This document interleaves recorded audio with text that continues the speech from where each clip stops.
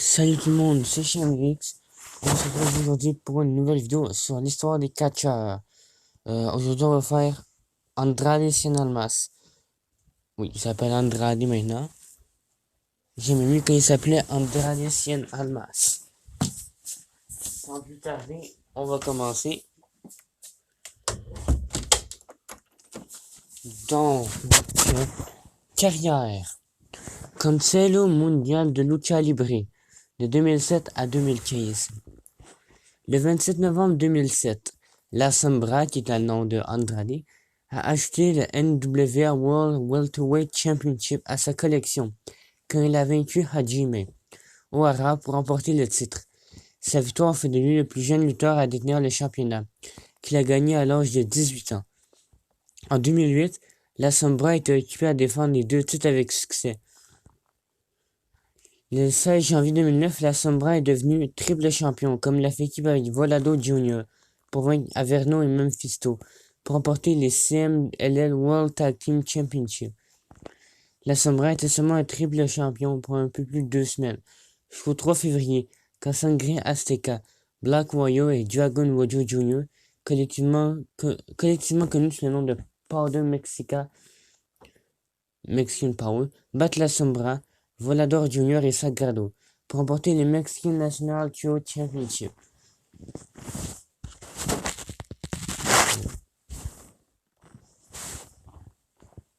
On était rendu où? Le 27 mai 2009, La Sombra perd le NWA World Welterweight Championship contre Mephisto.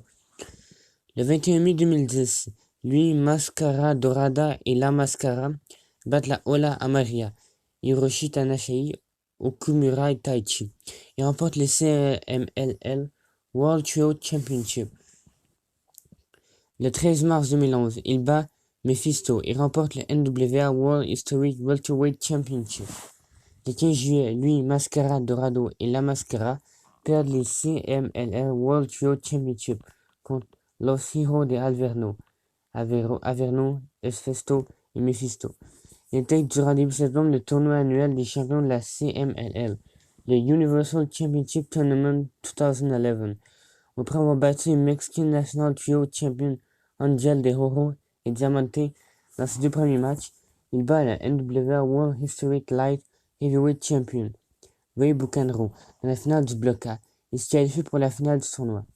Le 16 septembre, il bat Averno et devient le CMLL Universal Champion 2011. Lors de Sin Piedad 2012, il bat Tama Tonga pour remporter la Copa Junior 2012.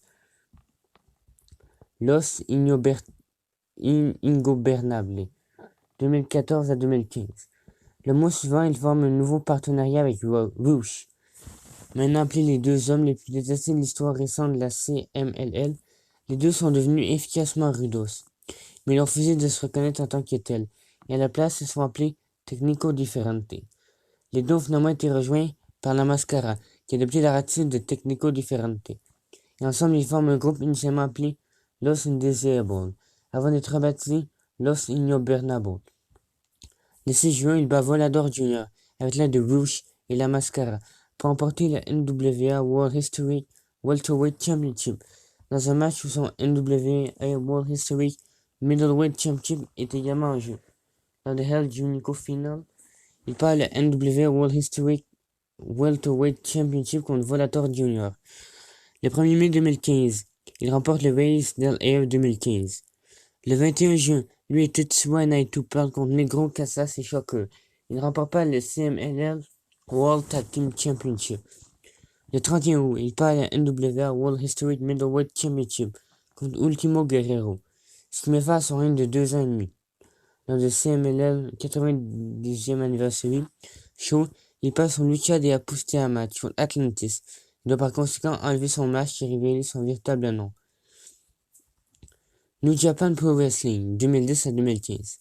Lors du premier tour de la New Japan Cup 2011, il bat Yoshi-Hashi. Lors du second tour, il part contre Hiroki Goto et est éliminé du tournoi. En janvier 2013, il prend part à la tournée Fantastica Mania 2013. Au cours de la deuxième journée de la tournée, il part contre Shinsuke Nakamura. Il ne remporte pas le IWGP Intercontinental Championship. Au cours de la troisième et dernière journée, il bat Dragon Rojo Jr.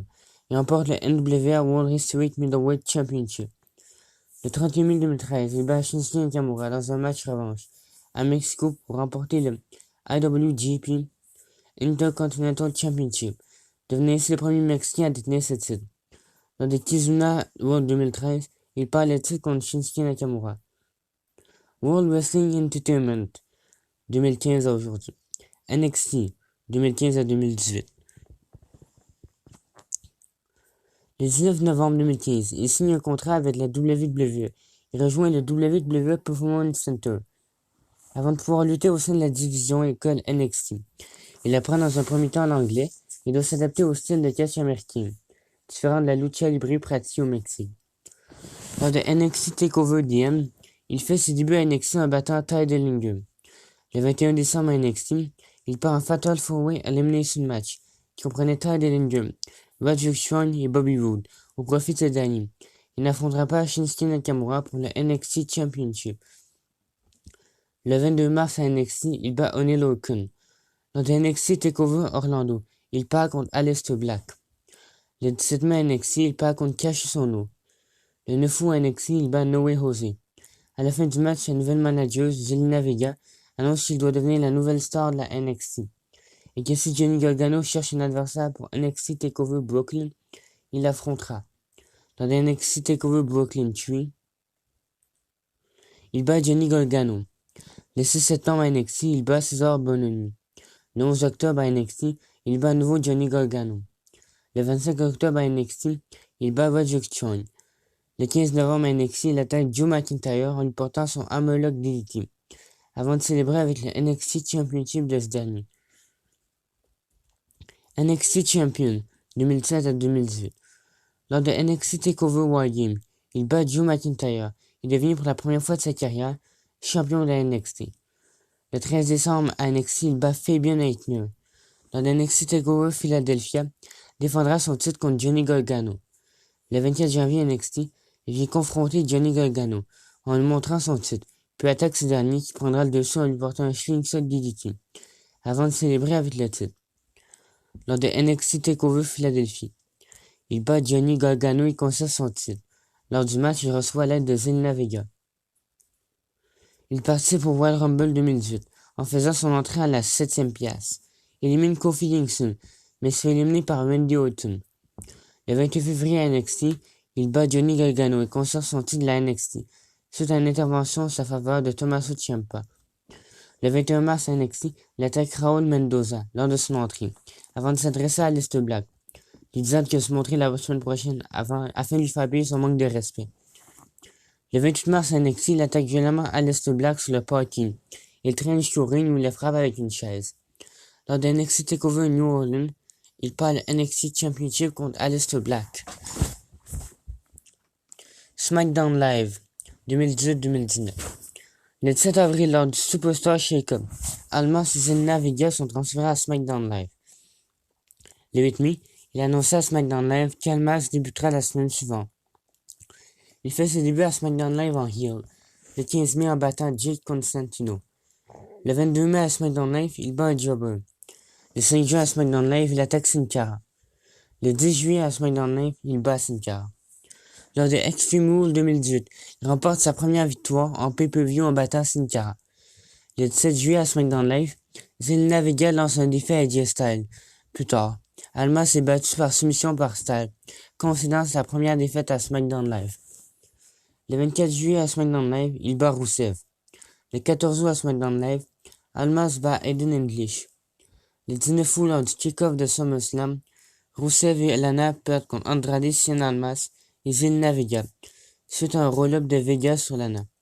Le 21 août à SmackDown Live, lui et Vega perdent par soumission contre Rusev et Lana.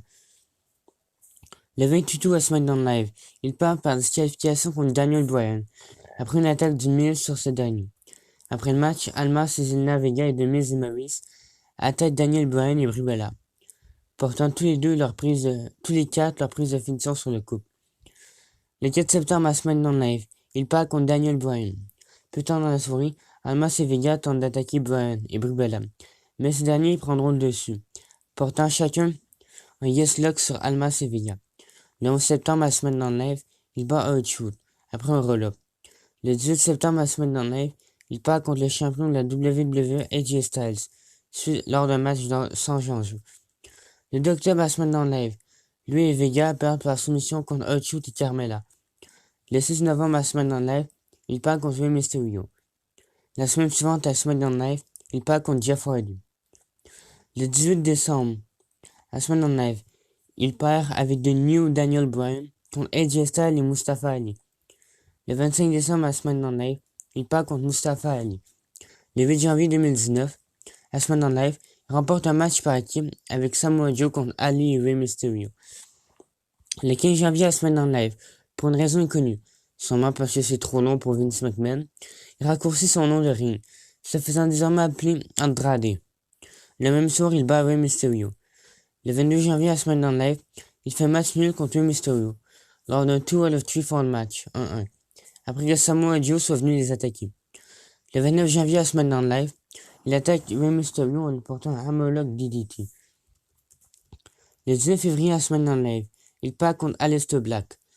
Le 26 février à SmackDown Live, il part au cours d'un Triple Threat match pour le WWE United States Championship, impliquant Rey Mysterio et R-Truth au profit de ces derniers.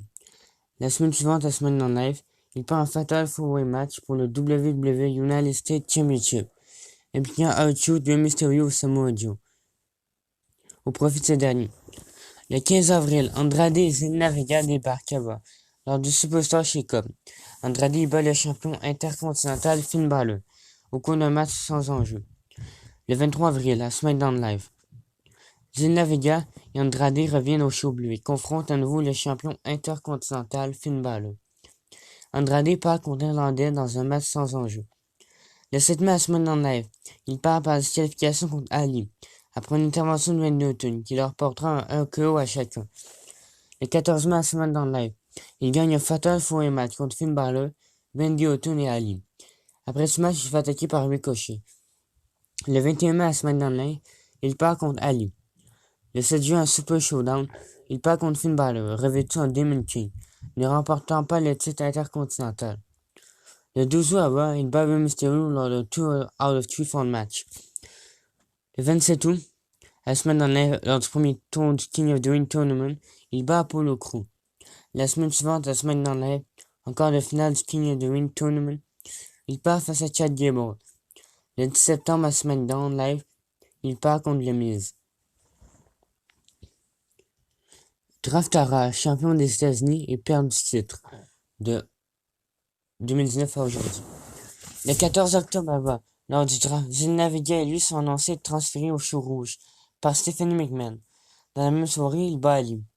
Le 21 octobre à Raw, il bat Sin Cara. Le 28 octobre à Raw, il bat à nouveau Sin Cara. Le 4 novembre à Raw, Zelina Vega et lui battent Carolina et Sin Cara. Le 11 novembre à Raw, il bat Cedric Alexander. C'est une distraction de Zelina Vega. Le 18 novembre à Raw, il part face à Seth Rollins par disqualification, suite à l'attaque de Lucha House Party. Il vient en aide à l'ancien champion universel, en se débarrassant des 3 luchadors. Le 9 décembre à Raw, il part face à Humberto Carrillo. Après le match, il reproche à sa manager sa défaite. Lors du pré-show à TLC, il part une nouvelle fois face à Humberto Carrillo. Le lendemain à Raw, il attaque le jeune Mexicain qui devrait affronter en finale du Gauntlet match. Il termina l'espoir numéro 1 au titre des États-Unis, mais il prend la fuite lorsque Rey Mysterio débarque pour venir en aide à son jeune compatriote.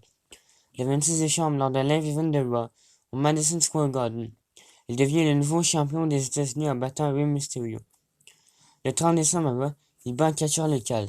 Il est ensuite confronté par Ricochet, qui souhaite l'affronter, qu'il battra ensuite. Le 6 janvier 2020, à Raw, il conserve son titre en battant Rey Mysterio. Le 20 janvier à Raw, il conserve son titre en battant Rey Mysterio dans un ladder match. Après le combat, il se fait attaquer par Humberto Carrillo, de retour de blessure. Le 26 janvier, lors du pré-show au Royal Rumble, il conserve son titre en battant Humberto Carrillo. Le 26 janvier, il est annoncé être suspendu par la WWE pour une durée de 30 jours pour violation de la politique de bien-être. Le même soir à Raw, il part par disqualification face à Humberto Carrillo. C'est une intervention de Zelina Vega. Après le match, Carrillo lui porte un Hammerlock DDT à l'extérieur du ring sur le sol en béton. Malgré sa suspension, Andrade conserve son titre.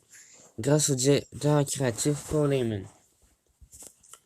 Le 2 mars, il effectue son retour, mais Angel Garza et lui perdent face à Humberto Carrillo et Rey Mysterio. Lors de Elimination Chamber, il conserve son titre en battant Carrillo. Le 16 mars, il part face à Rey Mysterio dans un match sans enjeu. La semaine suivante, Garza et lui battent Ricochet et Cedric Alexander. Le 13 avril, il défie Drew McIntyre dans un champion vs champion match, ce que ce dernier accepte. Plus tard dans la soirée, il perd le combat. Après le match, il attaque l'Écossais, aidé par Angel Garza et Austin Theory.